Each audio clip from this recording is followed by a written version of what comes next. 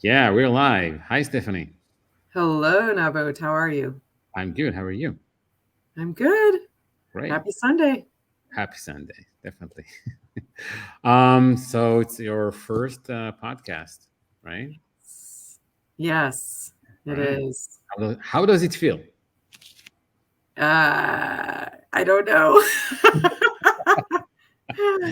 All right. So maybe we'll just get it started and let's see how Yes. it goes. Awesome. So it's your podcast. Maybe go ahead and introduce yourself to anyone who don't know you yet, including myself. I have to say. So please go ahead. Okay. All right. So I am Stephanie Trotta. I'm in Phoenix, Arizona, and I actually have lived here most of my life. I've lived here, uh, let's see, and then I've lived in Kansas and I've lived in Arkansas. Those were during my childhood, though. Um, so moved around a little bit, and as far as what I have been doing career wise, I am in accounting and currently work for a nonprofit that provides services all throughout Arizona. And yeah, what else would you like to know? Oh, so you have a day job, right? So a I have full a day job. Yes. cool. And so, how did you get interested in real estate? Ah, so last year I was watching a PragerU video with my son, and he picked Robert Kiyosaki's Rich Dad Poor Dad, and we watched that, and it was very intriguing. And I thought, I need to read his book. I need to read this Rich Dad Poor Dad book. And so I bought the book, and I am I don't read for fun. I'm usually reading because I have to for work, or I'm researching something or whatever. I could not put that book down, and I really liked what he had to say about real estate. And um, I think what I really got out of that was that anyone can do it. Um, so that basically put me on the path, and started going down that real estate rabbit hole, I guess. All right. So, and how did you get to Sub Two, Gator, working with the community, learning from Yeah, Pay? yeah. So I had been, I think that I started seeing some of those clips, those postings from Pace, and so I kept looking and looking and watching some of those free videos on YouTube, and joined the Creative Finance Facebook group. And of course, I had to create a Facebook account to begin with, because Oh, I've not been on Facebook in so many years. welcome. Um, so that was fun. And so I kept following that, and reading Robert Kiyosaki's books. And one of the things that he recommended was connecting at the local real estate investors associations. So I found ASRIA. I started going to those meetings, and yeah, I think it was about mid March where I had I had been watching a lot of the PACE videos and going to the ASRIA meetings, and really thought about everything that I had seen. Said, if you really want to make your uh, make some big strides in your journey in real estate, you need to have some kind of mentorship.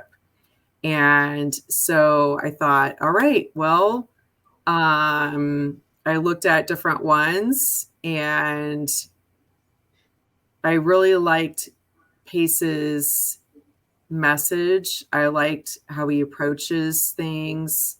He seems very transparent and not like he's trying to be anything other than what he is, right? He seems very authentic. And Right. so, yeah, so I signed up with Sub 2 specifically because I had not heard anything about Gator actually at that point. It seems like after I signed up for Sub 2, then I started hearing more about Gator. Um, and what I really liked about Sub 2 and Creative Finance versus all of the other mentorships was that it wasn't, it was very broad, which can be very overwhelming once you get into it because there is so much information. But what appealed to me was the fact that it wasn't just, okay, this is how you do Sub 2 and that's it. It's creative. It's maybe a property isn't Sub 2, maybe it would be better to do seller finance because I don't even have a loan, right? Sub 2 is about having the loan. And so now it's just, it keeps getting broader and broader. There's so many different options with it. And so it gets overwhelming, but I think that's the exciting part. So that's what brought me to Sub 2. That's what keeps me here. Yeah. And you do that together with your son? Yeah. So I had I bought the Rich Dad Poor Dad book for my son. He still hasn't read it yet. But I kept sharing some of this what I was learning with him and showing him some of the videos um and you know, now it's not just Pace, but Jamil pops up, right? And different ones pop up and um so I've been sharing what I've learned with him, and he's going to be 16 in November. Oh, And so we're just thinking about like what kind of options you have with this, right? Like, I wish I would have known about this 20 years ago. I think I probably would have been on a very different path. And that's why I thought I need to share this with my son because he needs to know all of his options, not just uh, you know, what they tell you in school. mhm. Because this is not what they teach you in school, unfortunately. I wish they did. I wish they talked more about how to manage your finances and all of the different options out there in school, but they don't. And Mhm. so I've brought him to different meetings and we've talked about you know, just what we've heard and what we've learned from those meetings. He got to meet Pace and take his picture with Pace. He's met Jamil. He's met different ones, and yeah, he wants to do this. Like he's very focused on doing this.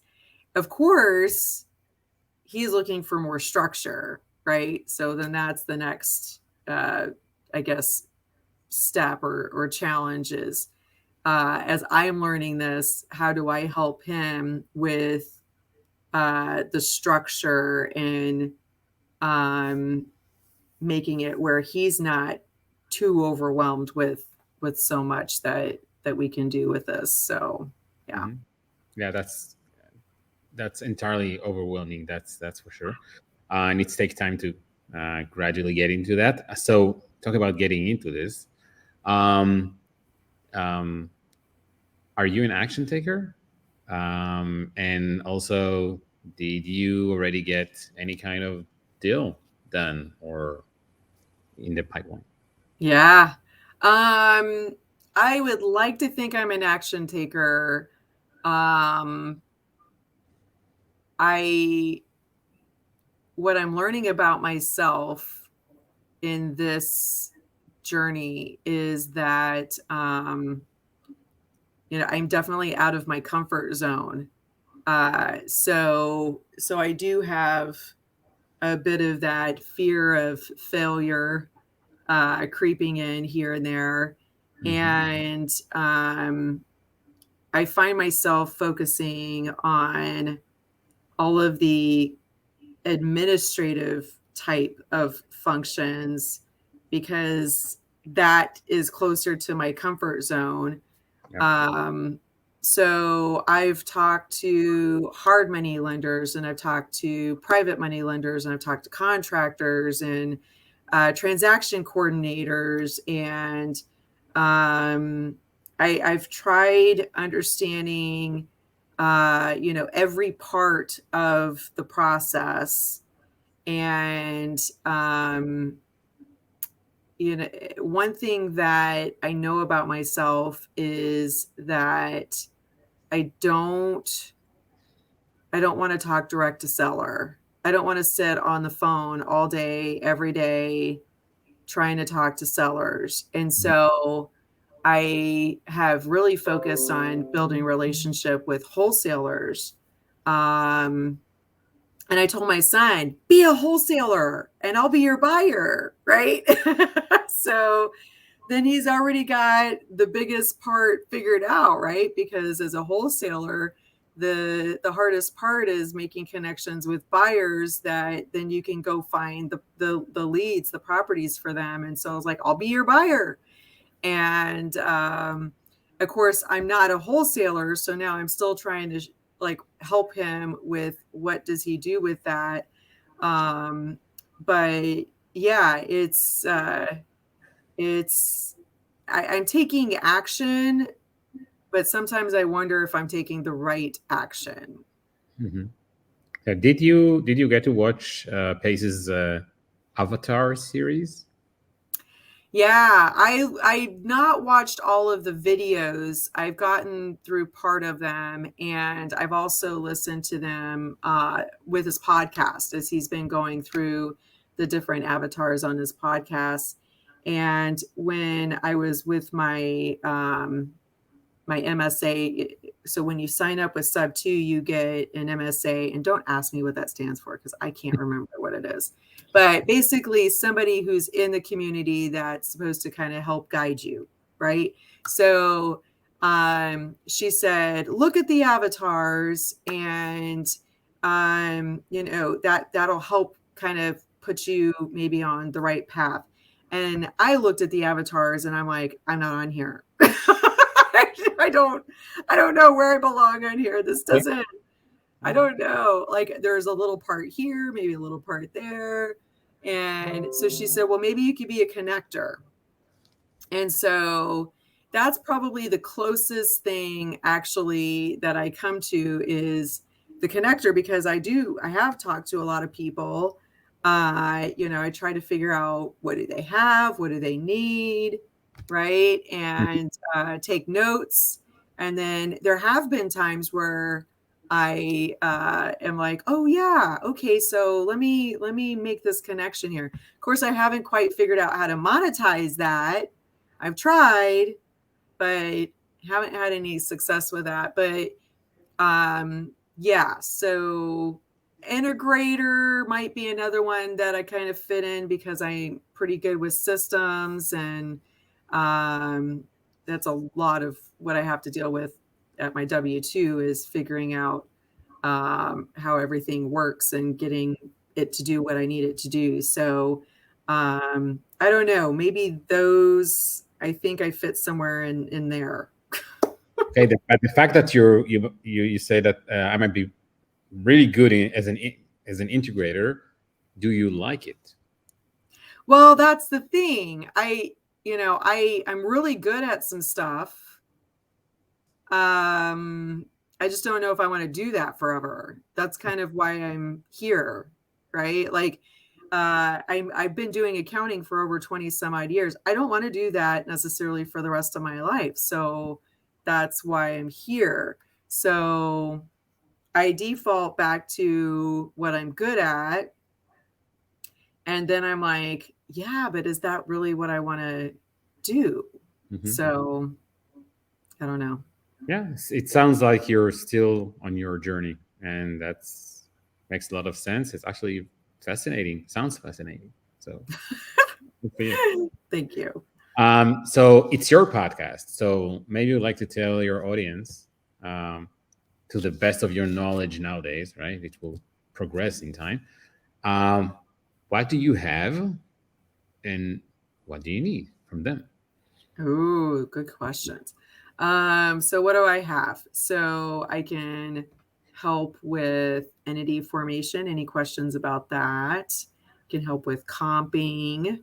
I can make those connections. Like I said, I've spoken to um, everybody throughout that whole process. So if you need transaction coordinators, I've spoken to transaction coordinators. Um, Contractors, hard money lenders, private money lenders, all of that good stuff. I know where all of the documents are for sub two, right? Like I can make some connections for sure. I can help you find things. And so meetings, like I have a local group meeting that we do every week as well. So if you're local, I can get that info over to you. And we meet once a week, kind of as an accountability thing, but networking as well. And yeah, we'll see. It'll probably change, All but that's right. what it is now. So Yeah. what do you need? What do I need? I need, wait, let me make sure. Which direction am I going here? I need multifamily and single family properties. Um, and looking specifically in Arizona to start.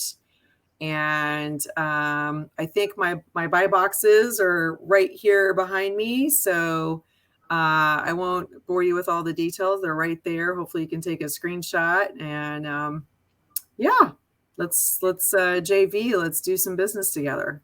And do you need like done deals, like under contract, or leads would do for you to JV with someone and Yeah, that's a good only a question. JV? But it's a, yeah. Okay. Mm. If it's a, Yeah, good question. Mhm. Well, I have been working with wholesalers that already have properties under contract. So that would certainly be like the easiest, most straightforward thing. I think if we JV, then the question is like, what would that person want, right? Like, what part would they be bringing to the table versus what I'm bringing to the table. So, somebody that I spoke to very early in my journey, and I'm probably not going to say it right. So I apologize if I do, but if I say it wrong. But one of the things that he said was that in real estate, you've got basically three things. One is you're bringing the money, or two, you're not bringing the money to the deal. You're going to find the property, get it under contract, and manage that in whatever way that looks. So it depends on your exit strategy, right? And then third would be like maybe your project manager and managing all of the rehab and all of that part of it. And it could be a combination of two and three, or maybe you are bringing a little bit of the money as well. So that's the main parts of real estate, a deal. And so for me, I'm looking to buy and hold. And so I would be buy and hold. I would be managing the property. And I'm looking for properties that are light cosmetic rehab. So, because I don't want to take on a big project, especially for the first few deals, right? Mhm. I don't want to get in over my head. And so I would be fine with doing number two and number three, right? So I can work with the property management, work with contractors on getting the light rehab done. So I would probably be looking for somebody that might be bringing the money and or the property, right? So something like that. It's kind of a combination of those things. All right. And so I'm gonna ask you a question, or that you're not expecting this, but I will hold you accountable, I think. Okay. What would it take? So today is Sunday, right? Yeah. What would it take for you to have your first deal, let's say by next Sunday? By next Sunday? Wow. Yeah. That's a good question. I think my biggest challenge is finding the right property. So um, that's a good question. I've really been mostly relying on wholesalers to bring me the properties. So if if I would if I was going to try to speed that up, what would that look like? That would be lighting a fire under every wholesaler that I know. Writing on a Facebook group, right? Or To- approaching, like globally, more globally, or go yeah. fast. Yes, yeah. Yeah. Oh, I'm a part of like 34 different Facebook groups. So which kind of makes me wonder, like, maybe I shouldn't be a part of so many groups. But um, yeah, I mean, reaching out to a lot of wholesalers, going on Facebook, trying to find properties that way. Um, and then of course then it would be lining up the funding and all of that. I actually had started my own list of looking at some multifamilies to see if I could get that process going on my own. And what I've hit is I can't get contact information for the seller. And so one of my to-dos is to reconnect with some people that I've connected with and that have reached out to me via Facebook for some skip tracing, something that's more accurate than what I used, because that didn't give me any good information. Hmm. So if I can get some good contact information, I actually will be reaching out directly to the seller to have that conversation. So, yeah. So my question is this, my follow-up question. Since you're a member of Sub 2 community, which I'm not Hmm. yet, um, how are you going to utilize this for your benefit in order to get potential deals till next Sunday? How am I going to use Sub 2? Well, I go on Discord and I go on the Facebook groups pretty often. Um, and what I've been finding is that any Sub 2 property that's out there, either the entry fee is too high or it's not in my buy box. So that's been the challenge with trying to get properties through the Sub 2 community, at least in my experience. When you say Um, it's too high, it means that when you calculate how, if you can get a loan on this, um, like closing fees and the payments to the wholesaler, whoever that would be, when you do all the calculations, how much would you benefit from that, like rent, and how much the expense is going to be? It doesn't add up. Right. Yeah. The entry fee is way more than 10%. And then if I'm paying closing and all of the rest of it, it doesn't work for what I'm trying to do. So I'm looking at um specifically I've been looking at long-term rentals. Hmm. And it unless I'm looking at it the wrong way, which is, I guess, very possible, it's very challenging to get into properties that are going to cash flow unless you can get the Sub 2 rate much less. And then you have to look at the entry fee. If the entry fee, usually the rule of thumb has been that the entry fee shouldn't be more than 10% of the price. And so I've worked with the regional leader at looking at deals because I thought, okay, maybe this would be a good one. And then it's like, well, yeah, no, there's too much rehab on this. The entry fee is too high. Those usually are the two biggest challenges when I do find something somewhere. So yeah, I don't know.